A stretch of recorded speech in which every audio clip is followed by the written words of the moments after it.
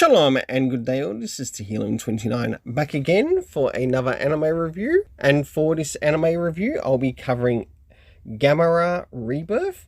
Now in this series it has 6 episodes, so I'll be giving the synopsis of each episode and also my rating, which will be at the overall end of talking about each episode. So for the first episode, it was called Over Tokyo, and this is basically the beginning of the story, to which we get the introduction of Gamera into the universe and also what's happening. So for the synopsis, it says, just as friends Boko, Joe, and Junichi are confronting the bully who took their money, they hear a loud noise coming from the sky. Now, in this particular event, this is sort of like the introduction to which they start to see Gamera enter the universe. And with it, we do get the characters, we do get to learn a little bit about each of these 3 main friends. Even though there's not a lot of information, it's enough to understand what is happening and how they sort of are seen as good friends, as they save their money to basically get a HF receiver to communicate with other people. And not long after that, it moves into, say, the first attack on the city and basically one of the first kaijus that enter the city and what they do in that time. Moving into the next episode, it is called Undercurrent, where Brody claims to have some secret information where a kaiju threat might be, and he decides to check it out with his new powers. Now, this sort of carries over from the first episode, to which we learned that after what the events of what happened occurred in the first episode, the person who was now the bully is basically now part of this group, to which Joe and Boko and Junichi are a part of. And through there, we start to learn of a new event that occurs. And yes, it does involve kaiju. And so hence we move to the next kaiju that Gamera ends up going up against. Moving into episode 3, we have Run Silent, Run Deep. While aboard a high-tech Eustace Foundation ship, the kids hear about a kaiju attack on a passenger liner, and they might be the next target. Well, it's exactly as it describes here, and yes, we do actually get an appearance of, say, the next kaiju, to which this kaiju is more so water-based, and it's Gamera that also comes in to help save the day. It's really nice to see how the characters interact with each other in this time, and also what it leads to a little bit further on in further stories. Next is episode 4, Being Killed. The kids are brought to an island for further testing, causing a rare rift between Boko and Joe. Meanwhile, James tells Imiko that he wants out. Now, James is basically one of the person who works on the foundation. He's sort of noticed some things that are happening in relation to the foundation.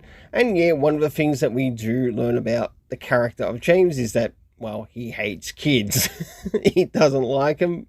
But we do actually get to see a bit of a change in the character in later episodes, and I really do like that, because with it we understand a little bit more about Imiko and her actions and her motives, to which in the end her actions get her devoured. It's the only other way to put it. So moving into the next one, we have episode 5, The Moon is a Harsh Mistress. The kids have a disturbing vision when Boko touches a piece of Aurelium. Now, Aurelium is like a type of crystal in this universe, which also has a bit of a connection to some of the kaiju. And in this case, it has a bit of a connection between Gamera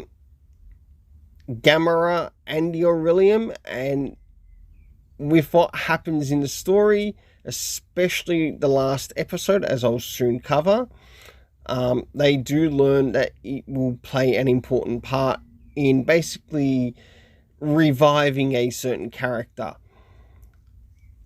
So with this, and also what Emiko has planned, and for Virus. Now, Virus is, or Virus, as it's shown in the information here, is connected to a Gios, which is another type of kaiju, and this Gios comes in and also attacks Gamera in the next episode. So now moving into the next episode, being Childhood's End, while the military undertakes top secret mission to save Gamera, Roko sends a message out to Joe.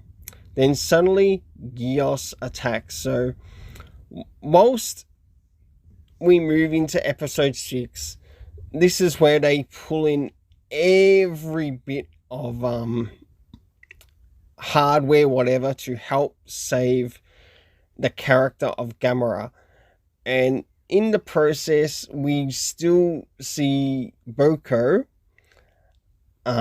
wondering where his friend is, if he's able to get in contact with him, or even if he's still alive. But this is where the end of the episode, I am moving into spoiler territory, so I think I'll withhold from the spoiler in regards to that.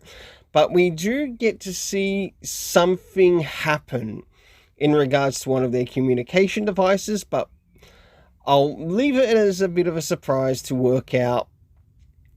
Or better yet, go watch this series and enjoy the series and find out who it is that communicates on this particular communication device that they were given. Basically, in the beginning of the series,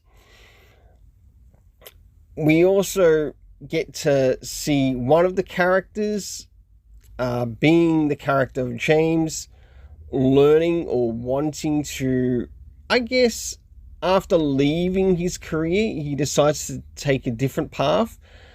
And to give the best hint in regards to this, think Steve Jobs of the Gamera Rebirth universe. Now, the only thing that's really missing with this is, how about some trailers for season 2? Because with some of the stuff that they sort of showed at the beginning of this series, it seemed to indicate that there might be a little bit more happening with some of these characters, and whether we'll get to see Joe again, whether we see Joe in memories past, or we might even find out what's happening with Joe in the next season. It would be really interesting to find out. So moving into the next thing, and that is the rating for the characters. So for the main characters, which would probably be the 4 main characters, being Boko, Joe, Junichi, and Brody, I give these characters an 8 out of 10, as I really enjoyed what they did with them. And yes, one thing else they did too is that they showed pretty much all of the backgrounds that these kids came from, and also how they're connected to each other. From the supporting characters, which would be like Emiko to James, and a couple of the others, sort of like the board members of a particular foundation, the Eustace Foundation. With them, I give a 7.5 out of 10. I did find them to be interesting in their approaches and their end game goal. So a 7.5 for that. The next is the area of animation. I must admit, I really enjoyed the animation in this story, as it really worked quite well. And no doubt, as you're watching this review right now, you'll probably see some frames and also things connecting to the episodes and whatever else, including some of the footage that's screen capped or whatever, of how well this was actually quite executed, and I really enjoyed that. Now, for the overall story rating, I must admit, I have enjoyed this from beginning to end, even though I haven't put a lot of, especially recently, I haven't been putting a lot of time into watching this series. I've sort of held back because I know that I wanted to review this series, and I wanted to save basically the last episode as something that I could enjoy and work on preparing for this particular review. So for the story rating in this, I give this series an 8.5 out of 10. Give me season 2 already. Until then, let's keep it colourful and have yourself an awesome day. And by the way, if you happen to watch this series, what was one of your favourite episodes and or characters? Until then, let's keep it colourful and have yourself an awesome day.